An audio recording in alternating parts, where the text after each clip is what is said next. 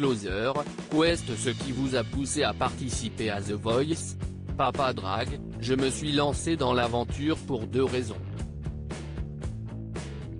Il fallait que je chante, donc j'ai chanté. Et, je voulais que les gens puissent voir qu'on peut être un homme, être noir, avoir une voix grave et porter des talons. Je ne suis pas revendicateur, mais j'essaie d'oser pour dire aux personnes comme moi que tout est possible. Je sais à quel point l'incarnation est primordiale. Vous avez découvert le chant à 16 ans via la musique gospel, en Côte d'Ivoire, votre pays d'origine. La musique vous a-t-elle aidé à assumer qui vous êtes? Je me suis senti différent très tôt, dès l'âge de 6 ans. J'étais un petit garçon qui voulait à tout prix être aimé. Je me disais, tu dois être comme les autres sinon tu seras rejeté.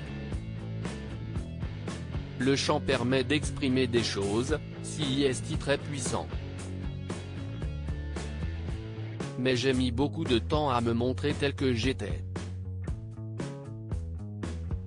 J'ai commencé à parler de mon homosexualité à 26 ans, 8 ans après mon arrivée en France pour mes études. Les personnes autour de moi se sont senties trahies. Il y a eu beaucoup de solitude et il y en a encore, même si je suis entouré. Vous êtes papa d'une petite fille âgée de 8 ans, née de votre précédente union avec une femme. Comment a-t-elle vécu votre coming out? Nous sommes en bons termes et je ne regrette rien. Le choix de me marier avec elle était volontaire. Je voulais fonder une famille. Puis, j'ai rencontré mon époux dans le cadre de mon travail. Aujourd'hui, je suis très apaisé et heureux. Vous êtes un homme noir et homosexuel. Comment faites-vous face, quotidiennement, à l'homophobie et au racisme? Je ne veux pas me considérer comme une personne stigmatisée. Oui, il y a des discriminations et les peines infligées sont infinies. Je ne dis pas que je ne suis pas une victime, mais je ne veux pas qu'on me présente comme telle. J'ai choisi la possibilité, très violente, de m'assumer. Et je ne veux surtout pas poser de jugement sur ceux qui ne le font pas, car oui, si est difficile. Comment avez-vous fait pour vous affranchir du regard des autres?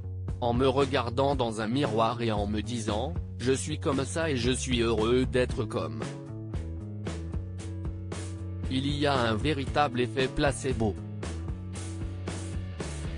Certaines personnes, quand elles m'ont vu avec des talons, des leggings et des boucles d'oreilles, m'ont traité de monstre. Je n'ai rigolé. J'existe et puis ça sera comme ça. En plus, je déteste les pantalons, si est très inconfortable, rire. Espérez-vous faire changer les mentalités en participant à The Voice? Oui. On ne va pas vivre une petite vie parce que les autres nous y interdisent. Je défends l'insolence d'être soi, si est mon projet. J'espère démocratiser ce message d'acceptation de soi à travers ce qui se passera ce soir aux auditions à l'aveugle. Avec quel coach aimeriez-vous travailler si vous êtes sélectionné? Marc Lavoine, pour son rapport si puissant aux mots.